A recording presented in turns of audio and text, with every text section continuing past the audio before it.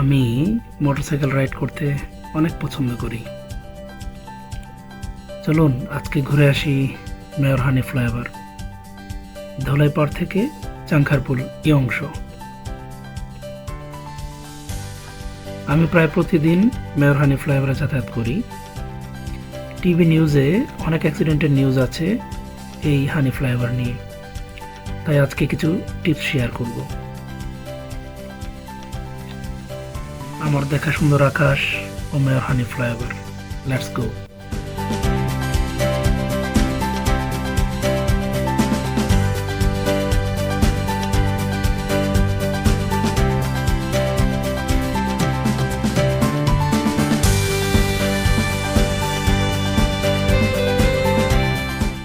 হানিফ ফ্লাইওভারের এই অংশ লেফট সাইড থেকে মেন ফ্লাইওভারে সংযুক্ত হয়েছে। একদম সংযোগ পয়েন্টে একটা প্রবলেম আছে বলে আমি মনে করি। আমি লুকিং গ্লাস দেখে আড়াআড়িভাবে স্লিপার ক্রস করলাম। প্রত্যেক সংযোগে এমএস এর স্লিপার অ্যাড করা আছে, যার কিছু অংশে রাবার দেওয়া আছে, কিন্তু এই সংযোগ পয়েন্টে কোনো রাবার নেই। আমার মনে হয় রাবার দেওয়া উচিত ছিল। লো সিসি বা সরু চাকাওয়ালা বাইক খুব সাবধানে স্লিপার ক্রস করা উচিত। সমান্তরালভাবে ক্রস না করে আড়াআড়িভাবে ক্রস করলে ভালো, কারণ স্লিপারে বাইকের চাকা স্লিপ করে, স্পেশালি বৃষ্টিতে। What a beautiful sky with sun. সোনালি রৌদ্র বিকালবেলা, এবং গাড়ির জ্যামও তেমন নেই। তাই আমার তো ভাই খুবই ভালো লাগছে। তাই মনে হলো রেকর্ড করি, শেয়ার করি। চাকরি করতে করতে অবস্থাটা এমন হয়েছে যে বিকাল দেখা হয় না কখনো। সকালে অফিস স্টার্ট হয় আর অফ হতে হতে রাত। বিকালটা মিস করি অনেক। বন্দি থাকা বিকাল, আজকের এত সুন্দর সোনালি আলো, খুবই সুন্দর।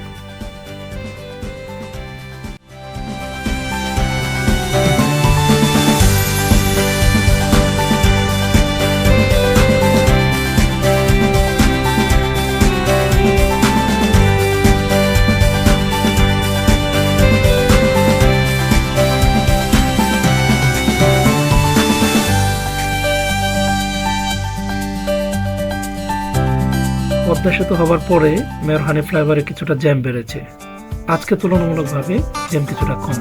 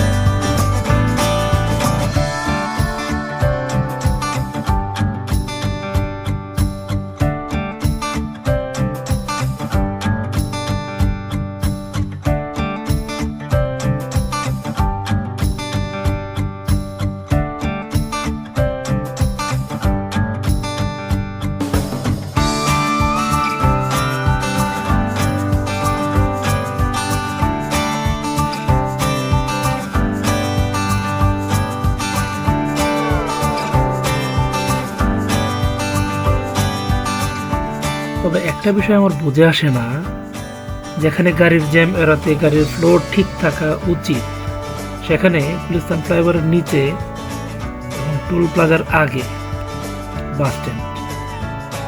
ভাই কিভাবে হয় এটা? এই ফ্লাইওভারের উপর বেশ কিছু পয়েন্টে বাস স্টপেজ আছে, যেখানে নিয়ম না থাকলেও প্যাসেঞ্জার ওঠানো ও নামানো হয়। নেক্সট কোনো ভিডিওতে তাও দেখাবো ইনশাআল্লাহ। আর সবাইকে বলবো ফ্লাইওভারের গাড়িতে ওঠানামা করবেন না প্লিজ, না প্যাসেঞ্জার না বাস, তাহলে অ্যাক্সিডেন্ট কিছুটা কমবে বলে মনে করি।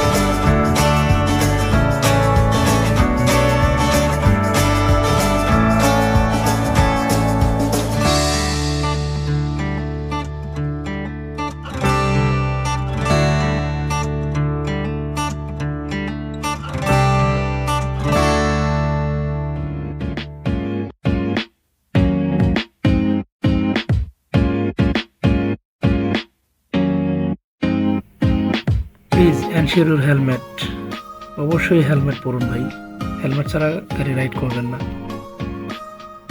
Stay under speed limit and flow, মানে আসলে বলতে চাচ্ছি রোডের উপরে স্পিড লিমিট মার্কিং করা থাকে, যেমন এই ফ্লাইওভারের উপরেও স্পিড লিমিট মার্কিং করা আছে 60, কিন্তু যখন একটু রোড ফাঁকা থাকে যে জায়গাটুকু, ওই জায়গাগুলোতে বাস এবং প্রাইভেট কার বা সিএনজি যার কথাই বলেন আসলে সবাই স্পিড থাকে অলমোস্ট 60 টু 70 স্পিড লিমিট থাকে। তো এখন যে যদি মনে হয় যে না আমি ভাই মোটরসাইকেল চালাই 40-র উপরে চালাবো না, আর রুটটা যদি এমন হয় যে আপনি 40-তে চালাবেন আর বাস প্রাইভেট কার এটসেট্রা যাই আছে সবাই 60 টু 70 স্পিডে চালাবে, তাহলে হবে কি আপনার লেফট সাইড দিয়েও কেউ ক্রস করবে, কেউ রাইট সাইড দিয়েও ক্রস করবে, আপনি ইতস্তত বোধ করবেন, ইভেন এমনও হইতে পারে পিছন থেকে ধাক্কাও দিতে পারে। সো যে কোনো রোডেই শুধু স্পিড লিমিট হ্যাঁ অবশ্যই মেনটেন করা উচিত, তবে গাড়ির ফ্লোর সঙ্গে তাল রেখেও গাড়ি চালানো উচিত।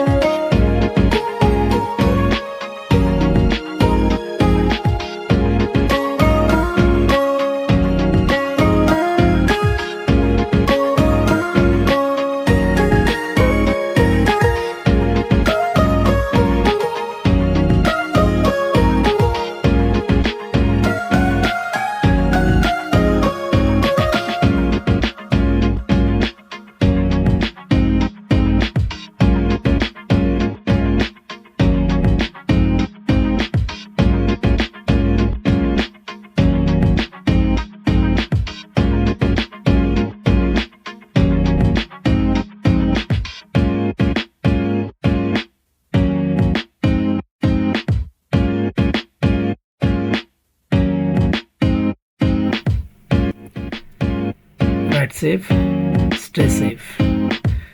Thank you so much for being with me.